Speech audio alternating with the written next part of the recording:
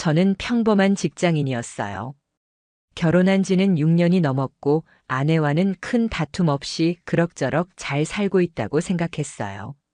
저희는 맞벌이를 하면서도 서로 존중하는 편이었고 아내는 예전부터 자영업에 관심이 많았습니다.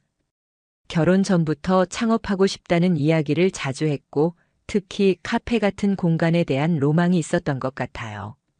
처음엔 그냥 그런 말이겠거니 생각했는데 어느 날 퇴근하자마자 아내가 진지한 얼굴로 말하더라고요. 나 진짜 카페 열고 싶어. 지금 아니면 못할 것 같아. 순간 뜬금없긴 했지만 예전부터 꿈꾸던 일이니 진심이겠구나 싶었어요. 저는 솔직히 걱정이 앞섰어요. 요즘 같은 시기에 창업이 쉽지 않잖아요. 실패하면 손해가 크고 리스크도 너무 많아서요. 그래서 조심스럽게 말했죠. 카페는 경쟁도 심하고 요즘 시대에 너무 위험한 거 아니야? 하지만 아내는 이미 마음을 굳힌 듯 보였어요. 평소보다 훨씬 강하게 설득하더라고요. 사업 계획도 있다고 하고 이미 자금도 대출로 마련할 수 있는 경로가 있다고 말했어요. 저는 어딘가 이상하다는 생각이 들었지만 결국 믿고 지지해주기로 했습니다. 결혼한 사이에 그런 꿈마저 꺾는 게 더 큰 상처일 거라 생각했어요. 그런데 이상하게도 창업 준비가 시작된 이후부터 아내의 행동이 조금씩 달라지기 시작했어요. 우선 퇴근 시간이 일정하지 않았습니다. 예전엔 늘 오후 6시 반이면 집에 도착했는데 요즘은 9시를 넘기기 일쑤였어요. 심지어는 새벽 1시에 들어온 날도 있었어요. 카페 인테리어 공사나 장비 주문 때문에 정신이 없다며 이해해달라고 했지만 뭔가 석연찮았어요. 저녁을 같이 먹은 게 언제인지 기억도 안 나더라고요. 카페 오픈 준비라고는 했지만 정작 저한테는 자세한 진행 상황을 공유하지 않았어요. 어디에 위치한 건지도 정확히 알려주지 않았고 같이 가보자고 말해도 아직 공사 중이라 너무 지저분해. 오픈하고 예쁘게 꾸미면 그때 초대할게. 이 말만 반복했어요. 저는 이해한다고 말은 했지만 속으로는 불편한 감정이 쌓이고 있었습니다. 그리고 또 하나 아내가 스마트폰을 거의 손에 쥐고 사는 듯 보였어요. 잠시라도 자리를 비우면 휴대폰을 꼭 들고 다녔고 가끔 카톡 알림이 울리면 화면도 못 보게 숨기더라고요. 어느 날은 제가 무심코 요즘 누구랑 연락 자주 해? 하고 묻자 순간 눈빛이 흔들리는 걸 봤어요. 바로 창업 관련자들이랑 이것저것 얘기하느라 그래. 이제는 혼자 다 못하겠더라고. 하고 웃어넘겼지만 그 표정이 너무 낯설었습니다. 게다가 주말마다 집을 나서는 시간이 점점 빨라지고 있었어요.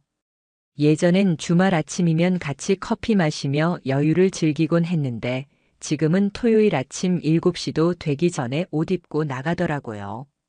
오픈 준비가 너무 바빠서라는 말만 반복됐어요. 이상하게도 주말이면 화장도 진하게 하고 옷도 더 신경 쓴 듯 보였어요. 평소에는 그다지 꾸미지 않던 사람이 갑자기 주말마다 옷차림에 열을 올리는 모습이 낯설기만 했습니다. 하루는 우연히 현관 신발장 아래를 청소하다가 보지 못했던 남성용 스니커즈 한 켤레를 발견했어요. 제가 신지 않는 브랜드였고 사이즈도 제 것보다 컸습니다. 아내에게 물으니 당황한 표정으로 그거 공사 인부 중 한 명이 우리 집 잠깐 들렀었잖아. 공사 체크하면서 옷에 페인트 묻어서 갈아입느라. 말도 안 되는 식으로 얼버무렸어요. 저는 그 순간 뭔가 잘못되고 있다는 직감을 강하게 느꼈습니다. 그리고 결정적인 건 어느 날 아내의 차량 블랙박스가 꺼져 있던 겁니다. 평소에도 블랙박스를 꼭 켜두는 습관이 있었던 사람이 그날따라 블랙박스를 꺼둔 채 주차해 놨더라고요. 제가 말도 없이 몰래 블랙박스 메모리를 빼서 확인했는데 지난 3일간의 영상이 싹 비어 있었습니다. 저는 진짜 소름이 끼쳤어요. 일부러 지운 게 아니라면 그렇게 될 리가 없거든요. 그날 밤 저는 거의 잠을 못 잤습니다. 머릿속에서 별의별 상상이 다 들었고 아내의 모든 행동 하나하나가 의심스러워지기 시작했어요. 그동안 제가 몰랐던 아내의 이면이 있을 수 있다는 생각만으로도 숨이 턱 막혔어요. 제 옆에 앉아 웃던 그 얼굴 뒤에 다른 사람이 있었다면 저는 진실을 알아야겠다고 결심했어요. 단순한 의심을 넘어서 모든 걸 확인해야겠다고 마음먹었습니다. 저는 조금씩 움직이기 시작했습니다. 아무 말 없이 조용히 치밀하게 아내가 숨기고 있는 것들을 하나씩 파헤치기 위해서요. 제가 처음으로 한 일은 아내의 차량 위치 추적이었습니다. 그동안은 서로의 프라이버시를 존중한다고 위치 공유 같은 건 하지 않았거든요. 하지만 이번만큼은 예외였어요. 아내의 휴대폰에 몰래 위치 공유 앱을 설치해뒀습니다. 그렇게 며칠을 조용히 지켜봤어요. 그리고 드디어 이상한 점을 하나 포착했어요. 아내는 분명 카페는 집 근처 상권 쪽으로 알아보고 있다고 했었는데 그 위치와는 전혀 다른 곳에 매일 오전과 오후 심지어 저녁까지 머무르고 있었어요. 서울 강서구 쪽 저희 집에서 차로는 30분 넘게 걸리는 거리였습니다. 심지어 평일 저녁 퇴근 후에도 거기 들렀다 오는 날이 많았고요. 그 지역에서 뭐 하는 건지 저는 이해할 수 없었어요. 하루는 아내가 오늘은 거래처 미팅이 있어. 카페 장비 관련 업체 대표가 시간이 저녁밖에 안 된대. 라며 평소보다 늦게 나가더라고요. 저는 그날 퇴근 후 곧장 위치 공유로 찍힌 장소로 향했습니다. 일부러 차를 멀리 대고 몰래 골목길을 따라 걸었어요. 그 좌표는 다름 아닌 한 상가 2층에 위치한 카페였어요. 작고 조용한 골목에 자리한 그 카페는 외부 간판도 심플했고 창 안은 아늑한 분위기였습니다. 저는 조용히 가까이 다가가 블라인드 사이로 안을 들여다봤습니다. 그리고 그 안에서 저는 보고 말았어요. 아내가 한 남자와 나란히 앉아 대화를 나누고 있었습니다. 둘 다 마치 직원 같지도 않고 손님 같지도 않았어요. 무언가를 공유하고 웃고 있고 가끔 손이 스치기도 하고 같이 노트북 화면을 바라보는 그 모습은 도저히 일만으로 설명되지 않았습니다. 그때 저는 처음으로 머릿속이 새하얘졌어요. 아내가 도와주는 카페가 이곳이고 저 남자가 진짜 사장일지도 모른다는 생각이 들었어요. 아내는 혼자 한다고 했지만 현실은 함께하고 있었고 그 상대는 저에게 존재조차 말한 적 없는 낯선 남자였습니다. 이후 저는 그 카페에 대한 정보를 하나하나 뒤지기 시작했습니다. 부동산 앱에서 주소를 찾고 등기부등본도 떼어봤습니다. 그 결과 이 카페는 아내 이름으로 임차 계약이 되어 있지 않았습니다. 대신 등본에 올라온 세입자는 남자였어요. 그 이름도 저는 처음 보는 이름이었어요. 혹시 해서 아내 통장 내역도 체크해봤습니다. 지난 몇 개월간 꾸준히 송금된 정체불명의 창업 준비 자금, 이름도 안 밝히고 금액만 수백씩 빠져나간 기록이 몇 줄씩 찍혀 있었어요. 저는 이쯤 되자 너무 억울했고 너무 화가 났습니다. 아내는 저를 기만하고 있었던 거였어요. 혼자 창업하겠다고 저에게 강하게 말하던 그 얼굴 뒤에는 이미 다른 사람이 있었고 저는 그 사실을 몇 달 동안 아무것도 모른 채 고스란히 자금과 시간을 퍼줬던 거였습니다. 그리고 다음 날 저는 회사 연차를 내고 직접 그 카페에 손님으로 들어갔습니다. 아내는 없었고 대신 그 남자가 혼자 있더군요. 저는 일부러 얼굴을 가리고 들어가 조용히 음료를 주문했고 내부를 꼼꼼히 살폈습니다. 그 안엔 아내와 함께 찍은 사진은 없었지만 벽 한켠엔 아내가 그렸던 로고와 비슷한 그림이 걸려 있었어요. 메뉴판엔 아내가 좋아하던 디저트 이름이 그대로입니다. 아내가 창업 준비 중이야라고 말하던 그 모든 것들이 사실은 이미 완성된 상태였고 남편인 저는 그 현장에 처음으로 발을 디딘 손님이었던 겁니다. 저는 그날 그 자리를 나서며 이제부터 제가 움직일 차례라고 다짐했습니다. 그들에게 당한 배신감을 그대로 안고 저는 아내도 모르게 그 건물의 주인이 되기 위해 움직이기 시작했어요. 그날 이후 저는 모든 걸 잊은 척 조용히 행동했어요. 아내에게는 아무것도 들킨 기색 없이 평소와 똑같이 대했어요. 퇴근 후 집에 돌아오면 일부러 먼저 말을 걸고 장난도 치고 마치 아무것도 모르는 남편처럼 행동했어요. 그렇게 해야만 했어요. 그들에게는 제 감정조차 내줄 수 없었어요. 저는 바보처럼 당한 남편이 아니라 계산하고 움직이는 사람이 되고 싶었어요. 우선 저는 그 카페가 입점해 있는 건물의 소유주를 알아냈어요. 근처 부동산에 들러 그 가게가 너무 마음에 들어서 창업하고 싶다는 핑계로 접근했고 결국 건물주의 연락처를 받는데 성공했어요. 건물주는 나이가 지긋한 중년의 아주머니였고 매물로 내놓은 건 아니지만 적당한 가격에 넘길 의향이 있다고 하더군요. 그 말을 듣는 순간 저는 확신했어요. 기회는 온 거라고. 하지만 문제는 자금이었어요. 회사에 다니는 월급쟁이 입장에서 수억 원짜리 상가를 단박에 살 수는 없었거든요. 그래서 저는 조용히 기존 주식을 일부 정리하고 부모님 명의로 되어 있던 전세 자산 중 일부를 제 이름으로 넘기며 대출도 추가로 진행했어요. 아내는 평소 가정 경제에 관심이 없던 사람이었기에 제가 어떤 자산을 어떻게 움직이는지 전혀 알지 못했어요. 오히려 집안일이나 육아에 손을 덜 대게 되자 더 자유로워진 듯 보였고요. 제게는 그게 오히려 더 유리했어요. 몇 주간의 준비 끝에 저는 그 건물의 실소유주가 되었습니다. 등기부등본에 제 이름이 찍힌 날 손이 떨릴 정도로 긴장이 됐어요. 법적으로 그 카페의 임대인이 된 거죠. 더 아이러니한 건 그때까지도 아내는 카페 이야기를 잘 꺼내지 않았다는 거예요. 간혹 너무 바쁘다, 카페 쪽이 힘들다는 말은 했지만 여전히 위치도 공개하지 않았고 오픈은 다음 달이라고 둘러댔어요. 저는 속으로 웃었어요.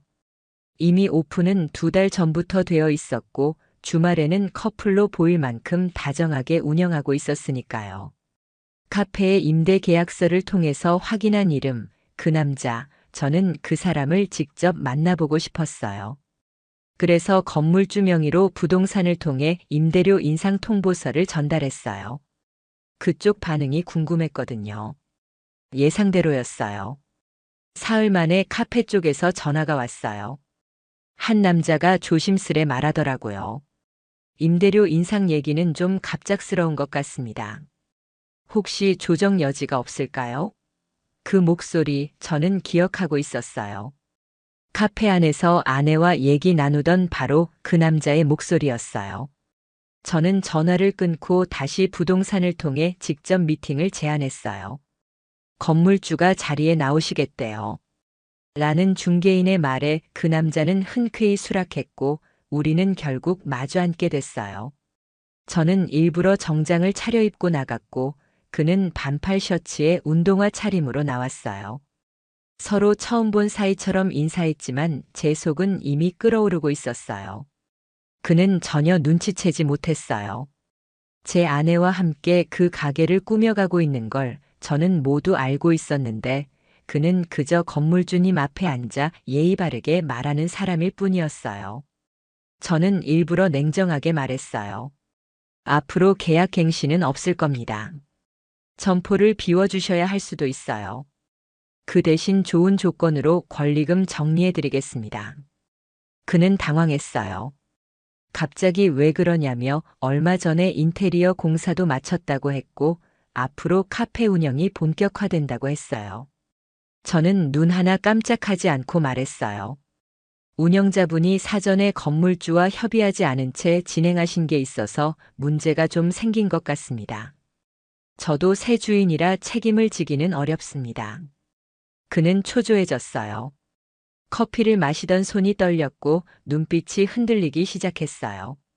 제 아내는 그 자리에 없었지만 저는 그 남자의 표정만 봐도 느껴졌어요. 이제서야 본격적으로 두 사람의 위기가 시작된다는 걸요. 그리고 저는 그날 밤 아무렇지도 않은 얼굴로 집에 들어갔어요.